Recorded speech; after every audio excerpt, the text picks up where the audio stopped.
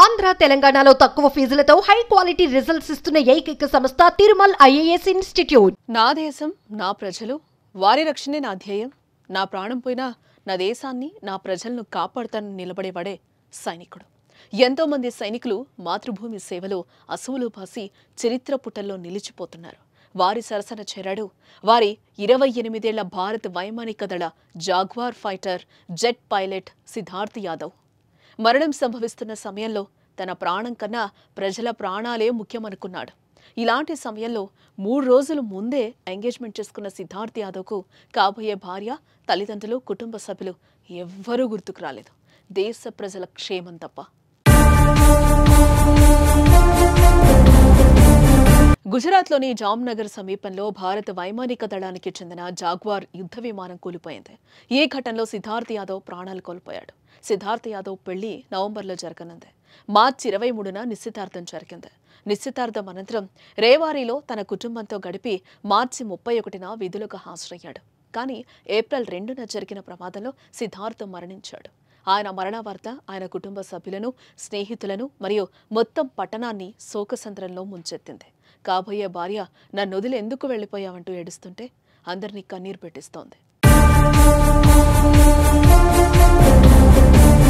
సిద్ధార్థ్ యాదవ్ అనుకుంటే ఈరోజు బతికుండేవాడు. వారి కుటుంబ సభ్యులు ఎంతో సంతోషంగా ఉండేవారు. కానీ అతడు బతికుంటే ఎన్నో కుటుంబాల్లో విషాదం మిగిలేది. 10ల సంఖ్యలో ప్రాణాలు పోయేవి. అలా జరగకూడదనే సిద్ధార్థ్ యాదవ్ తన ప్రాణాలను పణంగా పెట్టాడు. భారత వాయుసేనకు చెందిన జాగ్వార్ యుద్ధ విమానం పైకి ఎగిరిన కాసేపటికే దాంట్లో సాంకేతిక లోపం బయటపడింది. ఈ విషయాన్ని సిద్ధార్థ్తో పాటు తనతో ఉన్న మరో పైలట్ ముందుగానే గుర్తించారు. విమానం కుప్పకూలనుందని వారికి అర్థమైంది. వారు విమానం నుంచి క్షేమంగా బయటకు వచ్చే అవకాశం కూడా వారి దగ్గరుంది. కానీ అలా చేస్తే విమానం కూలి పెను ప్రమాదం జరుగుతుంది. అందుకే జాగ్రత్త పడ్డారు. సురక్షితంగా మైదానంలో కూలిపోయేలా చూశారు. తద్వారా ఎంతో మంది పౌరుల మరణాలను నివారించారు. ఆ క్రమంలో దురదృష్టవశాత్తు సిద్ధార్థ్ యాదవ్ ప్రాణాలు కోల్పోయాడు. మరో పైలట్ తీవ్రంగా గాయపడి ఆసుపత్రిలో చికిత్స పొందుతున్నారు. సిద్ధార్థ్ యాదవ్ కుటుంబం తరతరాలుగా దేశ సేవలో ఉంది.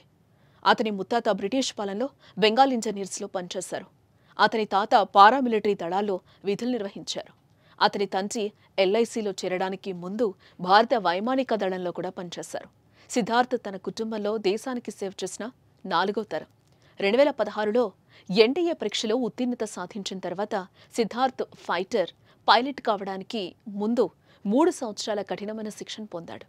2 సంవత్సరాలు సర్వీస్ తర్వాత అతను ఫ్లైట్ లెఫ్టినెంట్గా పదోన్నతి పొందారు. కానీ దురదృష్టం ఏంటంటే నిశ్చితార్థం జరిగిన 10 రోజులకే చనిపోవడం.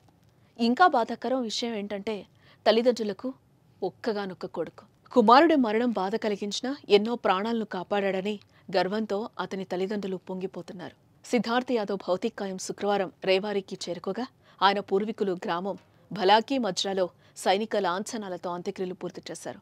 చివరి క్షణాల్లో తన వీరోచిత చర్యతో దురదృష్టవశాత్తు ప్రాణాలు కోల్పోయినా తను చేసిన త్యాగంతో జాతి గుండెల్లో చిరంజీవిగా సిద్ధార్థ్ యాదవ్ మిగిలిపోతాడు. సెల్యూట్ సైనిక.